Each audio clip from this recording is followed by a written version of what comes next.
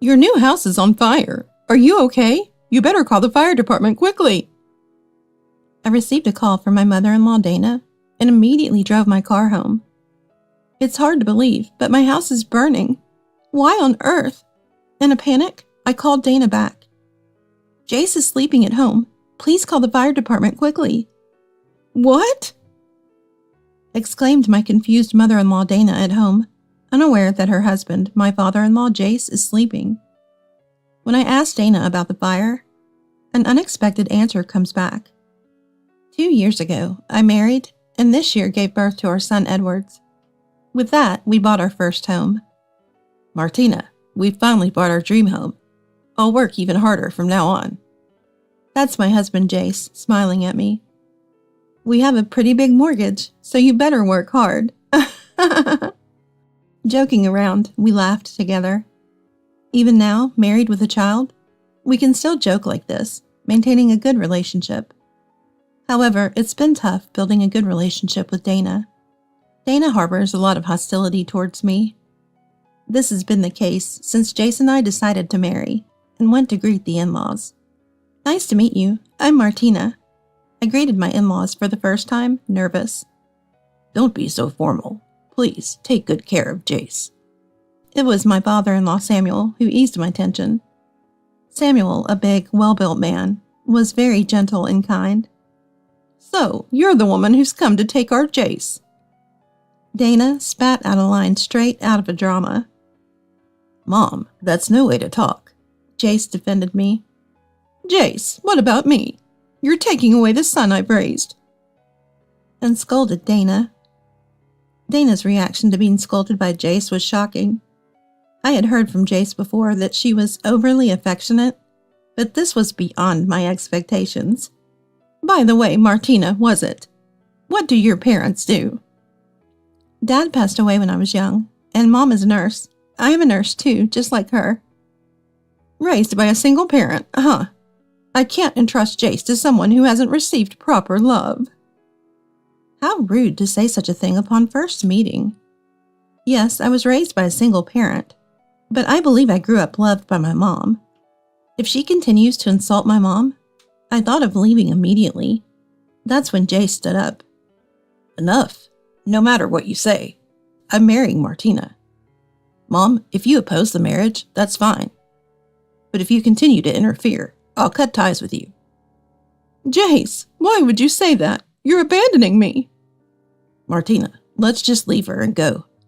Jace and I left Dana, who was dramatically crying, greeted Samuel, and left the in-laws' house. I'll definitely take back Jace.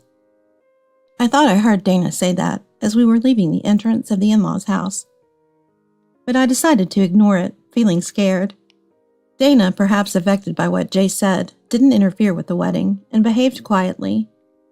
Half a year into our marriage, pregnant, Jace and I went to report to the in-laws. Samuel was extremely happy, but Dana had another sarcastic comment. I can't believe someone raised by a single parent is having a child. Don't you even know how to love? Dana still assumes that being raised by a single parent means not receiving love. If that were true, I'd have become a troublemaker long ago. I thought about saying that to Dana, but held back. Now that you're pregnant, what about your nursing job? Quit? No, I haven't quit, but I'm taking maternity leave. You're not just dumping all the housework on Jace, are you? No, I'm not. Jace said he'd help, so we plan to share the chores. There, I knew it. Making Jace work after he's tired from his job. That's so pitiful. Jace was at a loss for words at Dana's remark. Hey, let's leave it at that. Martina and Jace are both troubled. Dana looked like she wanted to say more, but calmed down after Samuel's intervention. Please bring the grandchild over to play when they're born. Samuel said this to me with a gentle expression. Of course, we're looking forward to bringing them over. 8 months later, with Jace's help, I successfully gave birth to our son Edwards. A year later, we thought it was a bit early, but decided to buy our first home. Thinking it's better to start paying off a mortgage early, we went for it. We invited the in-laws to our home for a modest dinner party to celebrate the new house and Edward's first birthday. Wow, what a splendid house. Congratulations on the new home. And happy first birthday to Edwards. Samuel praised our home and also wished Edwards a happy birthday. As for Dana, she entered our home without saying anything and looked displeased. Thank you for coming today. Really? Why should we have to come for you and our grandchild? It's good to see Jace, though. Dana grumbled as she sat on the living room sofa. So, Mom, don't talk like that. Let's have dinner instead. Jace calmed Dana down, and the dinner party started. For a while, we had a reasonably good time. Then Edward started crying, suddenly making the room noisy. What's wrong? Are you hungry? I rushed to Edwards and tried desperately to soothe him. But Edwards wouldn't stop crying. Stop that loud crying! Quiet down now! Dana suddenly yelled. Enough! Your lack of love is why he's wailing. You can't even calm your own son. That's why I didn't want you marrying Jace. Dana kept ridiculing me for being a single parent. Angry, I retorted to Dana. Love has nothing to do with it. Children can only communicate by crying. What's your problem with that? If you can't stand the crying, please leave. If you insist, I'll go. I've seen Jace's face anyway. Let's go, you. Jace, staying with a worthless woman will make you worthless too. You're always welcome to come back. Dana said this and forcibly took Samuel home. Yelling at Edwards like that? She's out of line. I felt relieved that she left. I'm really sorry about today. Mom was rude. Honestly, I didn't expect her to yell at her grandchild. I feel bad for Dad, but let's not see my parents for a while. Jace seemed to think the same as me. I was about to suggest keeping our distance. Yeah, let's stop for a while. We talked it over and decided to sleep, exhausted from the day. 3 days later, I received a call from Dana on my mobile phone. Hello. I'm sorry for being rude the other day. I shouldn't have yelled at Edwards. Would you like to come over to my house to make up? I've prepared a meal. Jace isn't here, but please take your time. Dana's voice was unusually gentle. I found Dana's different demeanor creepy, but decided to go to the in-laws' house. Okay, I'll bring Edwards and head over. After driving for about 30 minutes, I arrived at the in-laws' house and pressed the doorbell, but no one came out. Is Dana not here? That's when I received another call from Dana. Hello, I've arrived at your house, but where are you?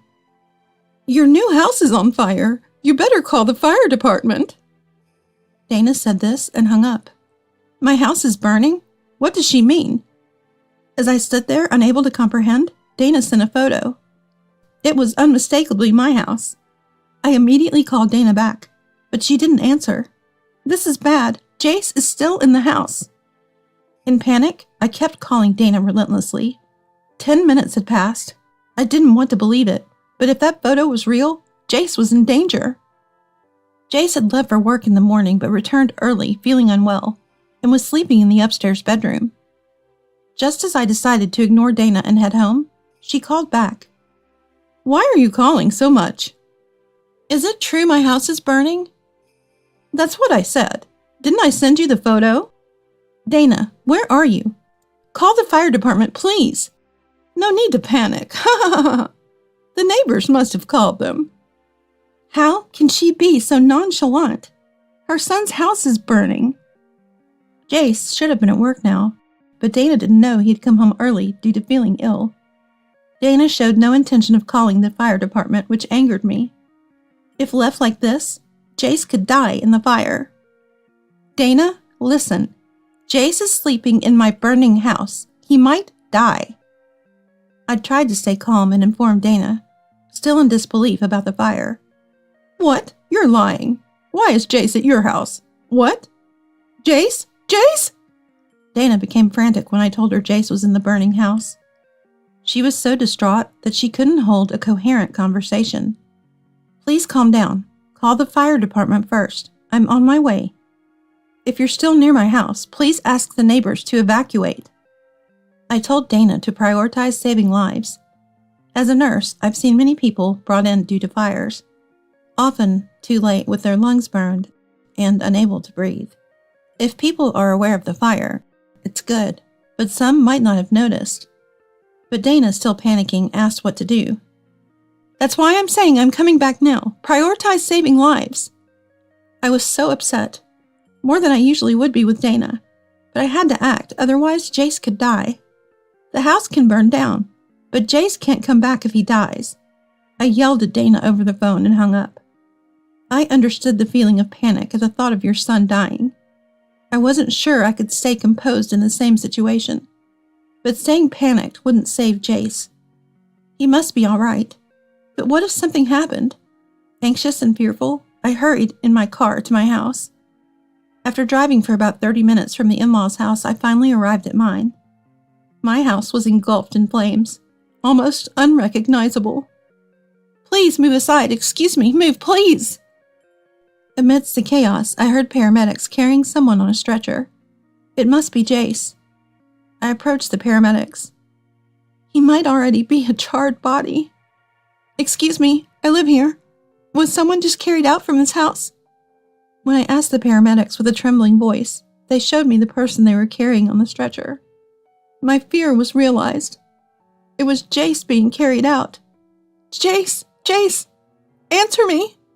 Jace, lying on the stretcher, was covered in burns, and it was unclear if he was even alive. I wanted to go to the hospital with Jace in the ambulance, but I was told I had to stay for a scene investigation. Dana also had to be questioned, being the first to discover the fire at our house. After about an hour of investigation, I was finally allowed to leave and hurriedly took Edwards to the hospital where Jace was taken. At the reception, I was told Jace was in a private room, and I immediately went there. Jace, this can't be true. Entering the room, I muttered in disbelief. Jace was lying motionless, his body wrapped in bandages. I thought Jace had died. Overcome with grief, I hugged him and cried. Why did this happen, Jace? Please respond. Don't kill me off. It hurts. Let go. Jace's voice was weak, but he responded. Jace was alive, contrary to what I had feared. Overwhelmed with relief, I hugged him even tighter. I thought you were gone. I'm so glad you're alive. Jace's doctor said that while his burns were severe, his life was not in danger, and he could return to daily life after a period of hospitalization. However, there was a chance that he could suffer some after effects, especially on his badly burned left side. Jace himself probably didn't want to believe that there could be lasting effects. But for me, just having Jace alive was a blessing. The mere thought of losing him was unbearable. That night, I was allowed to stay in Jace's hospital room. The next day, I couldn't shake off my suspicion about Dana, who had called me first about the fire. Normally, if her son's house was burning, she would have called the fire department before telling me. Moreover, she had called me to the in-laws' house, but she wasn't there, and it was she who informed me about the fire at our house. I don't want to think about it, but maybe? Reluctantly, I called Dana and went to the in-laws' house. Samuel and Dana invited me in to discuss the previous day's events. How is Jace? He is badly burned, but his life is not in danger. There might be after effects, though. Dana covered her face with her hands, visibly shaken. Her expression was unreadable, but she was clearly disturbed. Sensing something suspicious, I discreetly turned on the voice recorder on my mobile phone. I want to ask you directly. Yesterday, you called me to this house, but when I arrived, I didn't see you or your car, and there was no response when I rang the doorbell. You were the one who told me my house was on fire, right? How did you know my house, which is a 30-minute drive away, was burning? It was a coincidence. I was going to pick you up. But I said I was coming over on the phone, didn't I? Why didn't you tell me you were coming to pick me up then? I thought of it after hanging up the phone. These things happen. Is that so? Let's assume that's the reason. But why didn't you call the fire department before telling me? Normally, if your son's house was on fire, you'd call them, right? But you didn't do anything until I said Jace was sleeping there.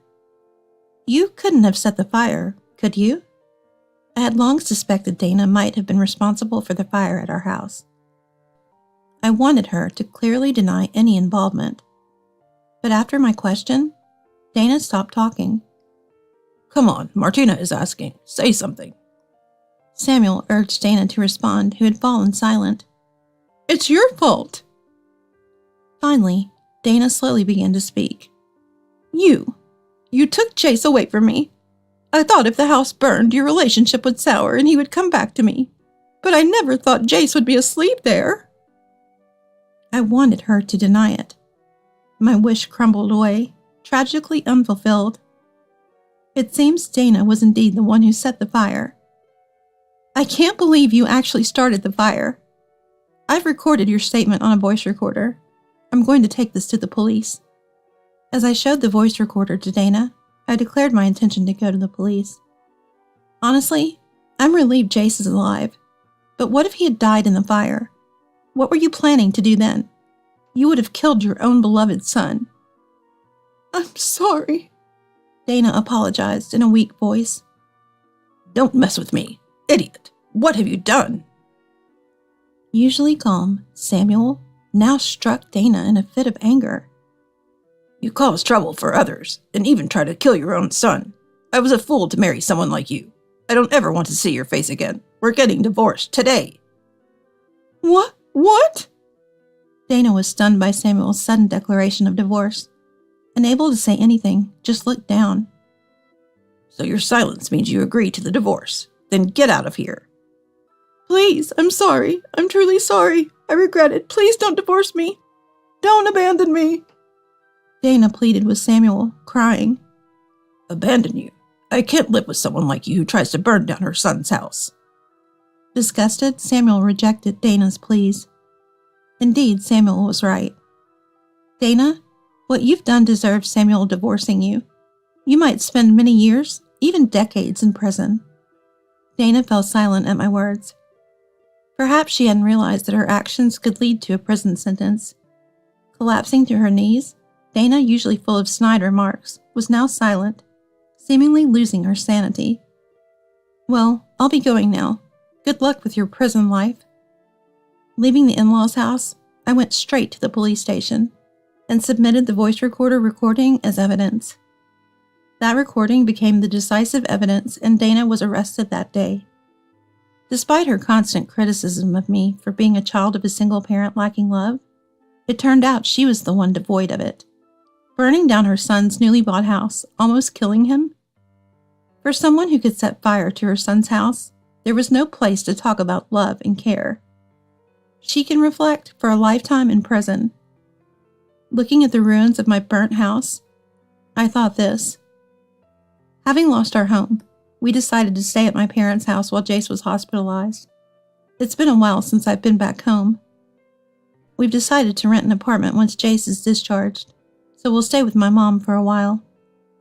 A month later, Dana, charged with arson, was sentenced to life imprisonment. Although we wouldn't receive any compensation or cover Jace's medical expenses due to her life sentence, I was happier knowing we would never see Dana again.